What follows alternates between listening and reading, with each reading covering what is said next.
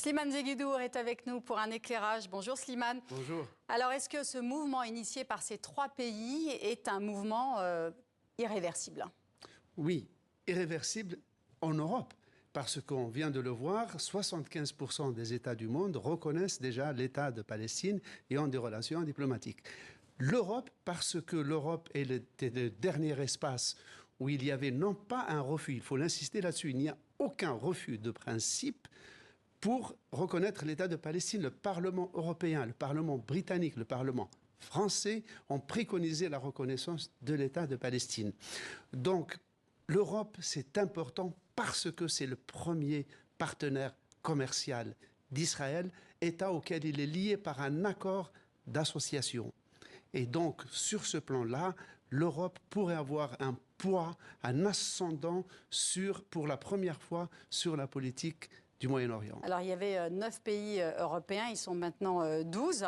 Le Hamas se félicite de cette reconnaissance, mais c'est bien de l'autorité palestinienne qu'il s'agit. C'est l'OLP qui est reconnue. Bien sûr, c'est l'autorité palestinienne qui est devenue, en 2012, État de Palestine, et c'est à ce titre-là qu'elle a été reconnue.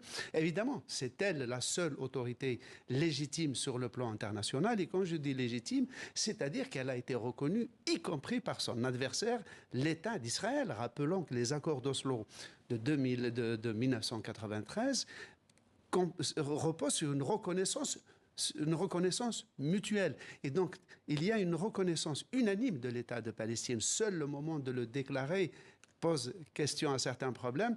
Même l'État d'Israël reconnaissait l'État de Palestine jusqu'à ce que le gouvernement de Benjamin Netanyahou commence à remettre en cause ce principe de droit international et explique cette vague de reconnaissance. Alors justement, ces trois reconnaissances font réagir jusqu'à Joe Biden qui s'oppose fermement, dit-il, à la reconnaissance unilatérale de l'État de Palestine. Merci Slimane Zeguidour.